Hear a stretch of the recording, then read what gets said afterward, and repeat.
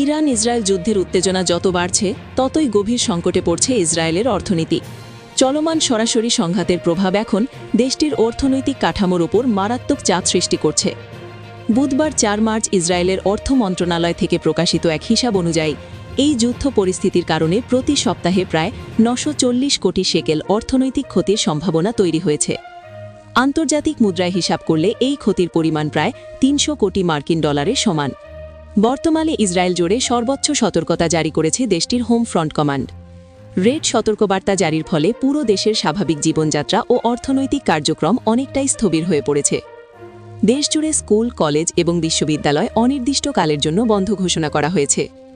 একই সঙ্গে জরুরি সেবা ছাড়া সাধারণ নাগরিকদের কর্মস্থলে যাওয়ার উপর কঠোর বিধিনিষেধ আরোপ করা হয়েছে। ফলে শিল্প কারখানা ও ব্যবসা প্রতিষ্ঠানগুলো কার্যত অচল অবস্থায় পড়েছে।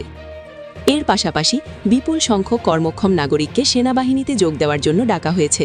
ফলে দেশের বিভিন্ন শিল্প ও উৎপাদন খাতে তীব্র জনবল সংকট দেখা দিয়েছে।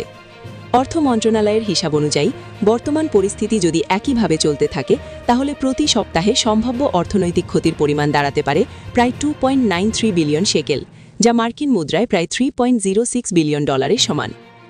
বিশেষজ্ঞদের মতে এই বিশাল ক্ষতির পেছনে কয়েকটি বড় কারণ কাজ করছে। প্রথমত, যুদ্ধ পরিস্থিতির কারণে অনেক উৎপাদন কার্যক্রম বন্ধ হয়ে গেছে। দ্বিতীয়ত, পর্যটন খাত প্রায় ধ্বংস করেছে। আর তৃতীয়ত, প্রতিরক্ষা খাতে সরকারের বিপুল ব্যয়ও অর্থনীতির উপর বাড়তি চাপ সৃষ্টি করছে। বিশেষ করে ইরানের ধারাবাহিক ক্ষেপণাস্ত্র ও ড্রোন হামলার আশঙ্কা মোকাবেলা করতে গিয়ে নাগরিকদের নিরাপত্তা নিশ্চিত করার জন্য ব্যাপক ব্যবস্থা নিতে হচ্ছে ইসরায়েলকে। এতে করে দৈনন্দিন বাজার ব্যবস্থা এবং সাপ্লাই চেইন মারাত্মকভাবে ব্যাহত হচ্ছে। অন্যদিকে ইসরায়েলের সামরিক অভিযান রোরিং লায়ন শুরু হওয়ার পর থেকেই দেশের অভ্যন্তরীণ বাজার ব্যবস্থায় অস্থিরতা আরও বেড়ে গেছে।